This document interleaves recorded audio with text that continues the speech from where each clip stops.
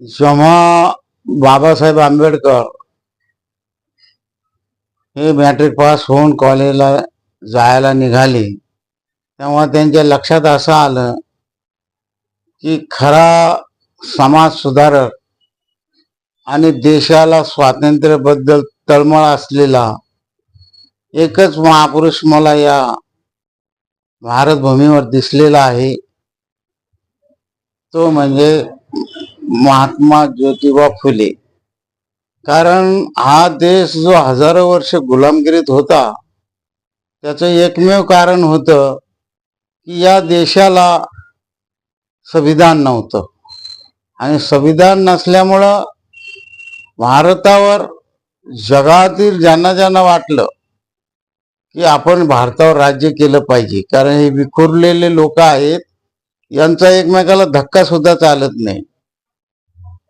तर जेव्हा महात्मा फुलेंनी हे बघितलं की अनाडी देश असल्यामुळं हे लोक असं वागतात, एकमेकाला धक्का लागत नाही, रोटी बेटी व्यवहार नाही, तर हे जेव्हा महात्मा फुलेचं वागणं पुस्तकी रूपातून आणि कृतीतून बाबासाहेबांना जाणवलं, तेव्हा बाबासाहेब आंबेडकरांनी महात्मा फुले यांना आपलं गुरु मानलं.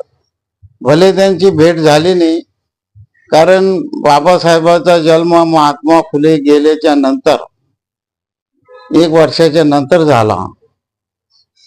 तर कुठं भेट कुठं झालेली नाही दोन्ही व्यक्तीची, तरी बाबासाहेबांनी महात्मा फुलेला गुरु मानलं.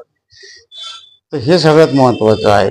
तर तुम्ही जसं म्हणले की महात्मा फुलेंना गुरु मानलं, परंतु महात्मा फुलेंचे कोणते गुण त्यांना हे झाले की त्या विचाराने बाबासाहेब प्रेरित झाले, याविषयी काय सांगाल? तर या ठिकाणी शिक्षणाला सर्वात जास्त महत्व महात्मा फुलेंनी दिलं, शिक्षणाला. आणि बाबासाहेबांना सुद्धा हेच वाटलं की आपण सुद्धा महत्व शिक्षणाला द्यायला पाहिजे, तरच या देशातील पब्लिक आणि जे चातुर्वर्ण या लोकांनी पाडलेले आहेत तर हे चातुर्वर्ण नष्ट होतील, शिक्षणानं लोकांचं लिव्हिंग अप स्टँडर्ड सुधरेल आणि एकमेकाच्या जवळ बसायला त्यांना संकोच वाटणार नाही. तर महात्मा फुलेंनी बघितलं की गोरगरिबाचे पोरं 8-8, 10-10 दिवस महिना आंघोळ करीत नव्हते. स्वतः महात्मा फुले त्यांना सरकारी हौदावर घेऊन जायचे आणि त्या ठिकाणी त्यांना आंघोळ करून त्यांचे कपडे धुवून वाळून नंतर ते कपडे घातल्याच्या नंतर त्या पोरांना ते शाळेमध्ये घेऊन जायचे. तर शाळेमध्ये गेल्यामुळं ते थोडा बहुत त्यांच्यामध्ये सुधारणा झाली. ही परिस्थिती SC मध्ये होतीच, त्याच्यापेक्षा वाईट परिस्थिती ST मध्ये होती.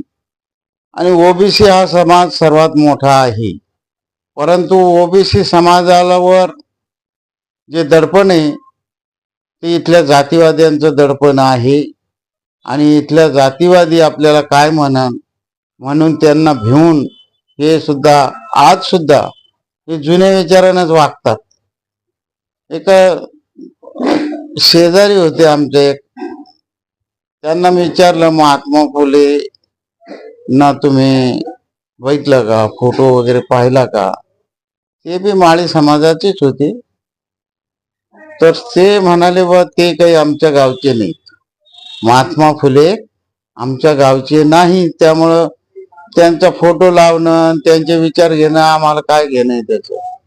परंतु आज जेव्हा त्या समाजाला कळालं की महात्मा फुले हे खरे समाज सुधारक आहेत, तर त्यांचे मुलं आमची वागणूक बघून त्यांचे मुलं आता मेडिकल कॉलेज आपलं MGM ला शिकतात, चांगल्या कॉलेजला शिकतात, चांगले 2-2 मध्याने नंतर बंगले बांधले, खूप सुधारणा झाली 20 वर्षामध्ये. तर अशा पद्धतीनं महात्मा फुलेचे विचार हे लोक हळूहळू स्वीकारत आहेत. जसं तुम्ही म्हणले की बाबासाहेबांनी महात्मा फुलेंचे विचारांना प्रेरित होऊन गुरु मानले, महात्मा फुलेंचे कोणते कार्य बाबासाहेबांनी पुढे नेण्याचा प्रयत्न केला, तसं यश मिळालं?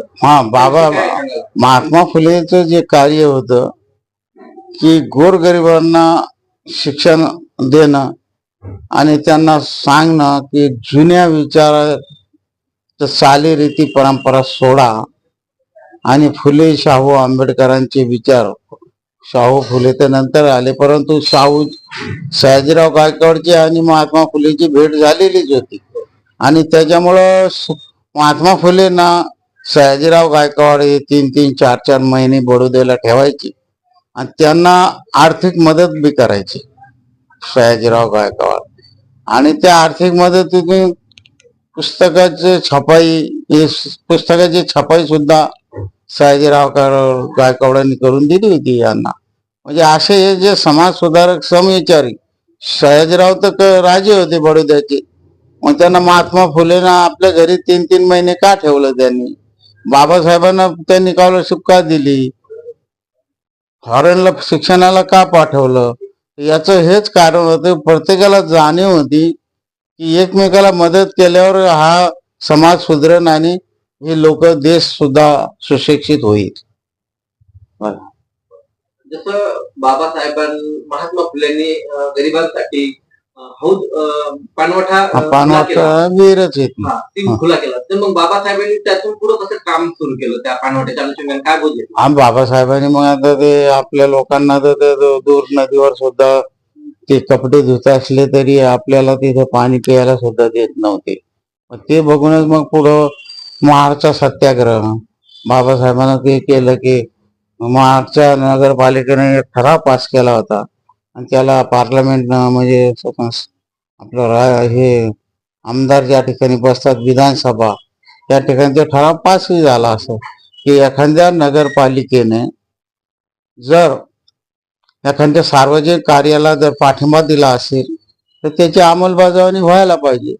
जसं जी नगरपालिका होती महाडची, तिनं सांगितलं होतं की या ठिकाणी आपल्या चौदार पाळ्यावर पाणी कोणी मनुष्य कोणीही पिईल आणि स्वतः त्याच्या उंजळीनं पिईल, त्याच्या भांड्यात भरून घेऊन जाईल. परंतु या ठरावाची जरी ठराव पास झाला पण तो अंमलबजावणी झाली नव्हती. परंतु अंमलबजावणी जेव्हा झाली, सुरुवात केली बाबासाहेबांनी, तेव्हा बऱ्याच लोक आपले रस्त्यानं पायी चालत गेले. मराठवाड्यातून आले, विदर्भातून आले, पश्चिम महाराष्ट्रातून आले आणि बाबासाहेबांना ते एक बळ मिळाले. परंतु तिथं सगळ्यात महत्वाची गोष्ट म्हणजे जातीवादी लोकांनी पुष्कळ धिंगाणा घातला. परंतु जे गरीब जनता होती, एससी शेडोकाट, त्यांना मुस्लिम लोकांनी पाठिंबा दिला. जो एक मुस्लिम होता, त्याचं नाव आता मला येत नाही, तर त्यानं स्वतःचं शेत दिलं त्या ठिकाणी मंडप टाकायला, व्यवस्था केली लोकांची. अशा पद्धतीने जे समाज सुधारक होते प्रत्येक जाती धर्मातले, त्यांनी या कामाला, फुले शाहू आंबेडकरांच्या कामाला मदतच केलेली आहे. सावित्रीबाई फुलेंनी जे भिडेवाड्यामध्ये पुण्याला ज्या शाळा काढल्या होत्या, एक मिनिट, मुलींसाठी, त्यामध्ये सर्वात जास्त ज्या मुली होत्या त्या ब्राह्मण समाजाच्या होत्या.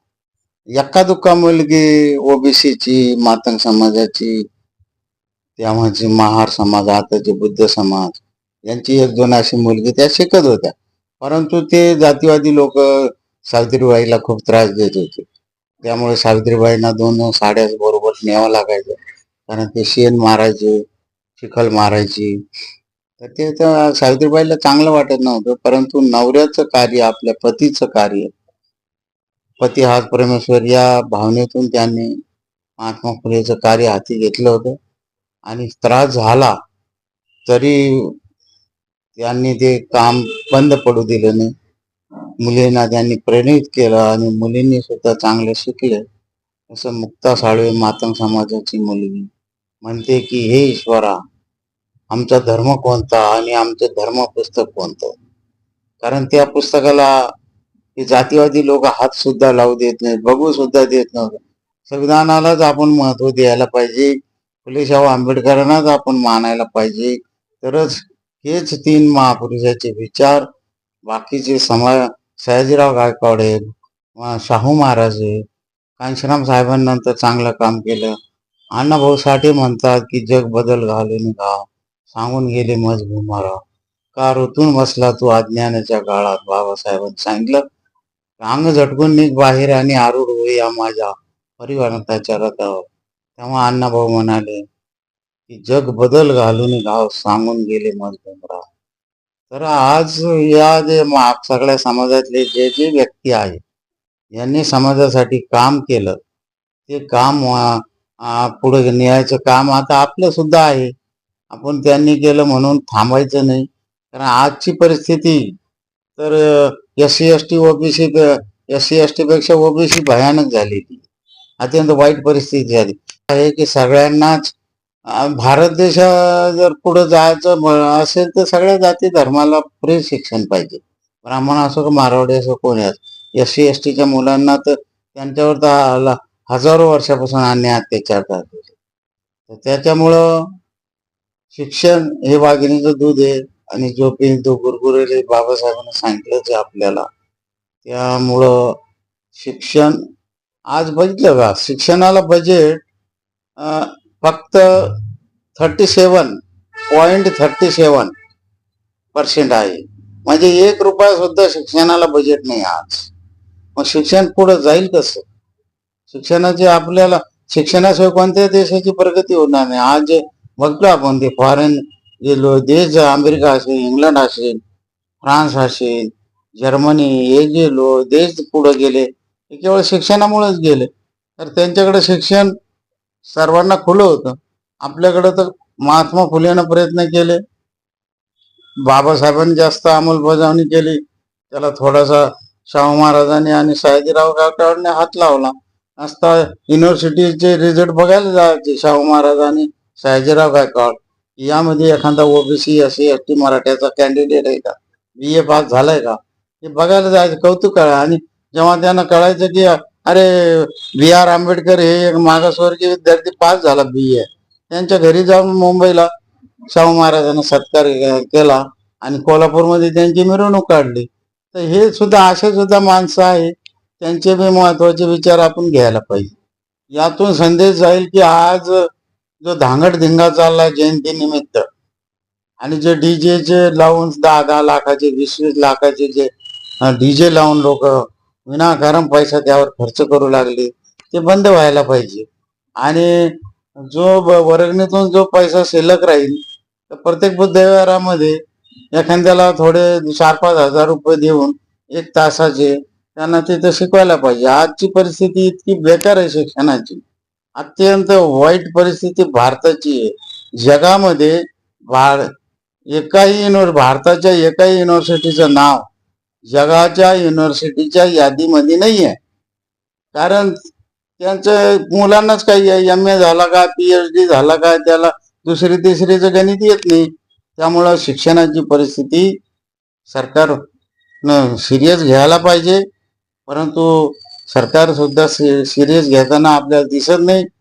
सगळं पैसा महत्वाचा, सगळा पैसा बजेटचा जास्तीत जास्त बजेट ठेवून सरकारनं ओरिजिनल शिक्षण जे आहे मातृभाषेतून ते द्यायला पाहिजे. आज इंग्लिश मिडियमचं शिक्षण झालं.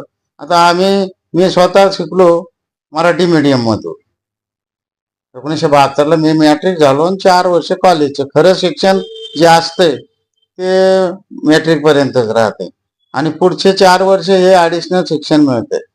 परंतु मी स्टेट बँक ऑफ इंडियामध्ये ब्रांच मॅनेजर असताना संपूर्ण भारतातून जेवढ्या शाखा आहेत स्टेट बँक ऑफ इंडियाच्या त्या सर्व ब्रांच मॅनेजर मध्ये माझा पहिला नंबर होता.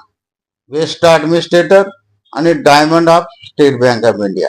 म्हणजे आलेल्या माणसाची अडवणूक करायची नाही, त्याचे प्रॉब्लेम समजून घ्यायचे आणि तो प्रॉब्लेम सॉल्व्ह करायचा. म्हणजे ग्रामीण भागातूनच शिकलो आपण. इंग्लिश मिडियम थोडं होतं आपलं, पण इंग्लिश आपल्याला शिकायलाच पाहिजे, यायलाच पाहिजे, तरच आपल्याला पुढे जाता येईल. परंतु असं बी नाही की संपूर्ण शक्ती इंग्लिशवर घालवायची आणि बाकी पोरायला काहीच येत नाही. दुसऱ्या विषयामध्ये झुरो आहे पोर इथं. त्यामुळं आपण मातृभाषेतूनच शिक्षण द्यायला पाहिजे आणि त्यांना इंग्लिश मात्र कंपल्सरी वाटलं तर 2 तास ठेवा, एकाच्या ऐवजी 2 तास करा. परंतु इंग्लिश ही सर्व जगाची भाषा आहे, ती भाषा सुद्धा आपल्याला यायलाच पाहिजे. पण मातृभाषेतून आपण शिकलो तर योग्य काय आहे, त्याच्यात काय भरलेलं आहे ते मध जो आहे तो कडू आहे का गोड आहे, ती जी कळायची टेस्ट आहे ती आपल्याला मराठीतूनच कळते. तर मी सर्व भीमसैनिकांना संदेश देऊ इच्छितो की डीजे न लावता शांततेत मिरवणूक साजरी करा आणि बाबासाहेबांचे जे विचार आहे, स्वातंत्र्य, समता, बंधुत्व आणि न्याय, जे घटनेमध्ये सुद्धा आलेले आहेत त्याप्रमाणे वागा. विनाकारण कोणावर सुद्धा अत्याचार करू नका आणि कोणत्याही गोष्टीचा, कोणत्याही कायद्याचा दुरुपयोग करू नका. कारण सगळे भारतीय आपलेच बंधू आहेत आणि आपला कष्टाचा पैसा हा शिक्षणावर खर्च करा.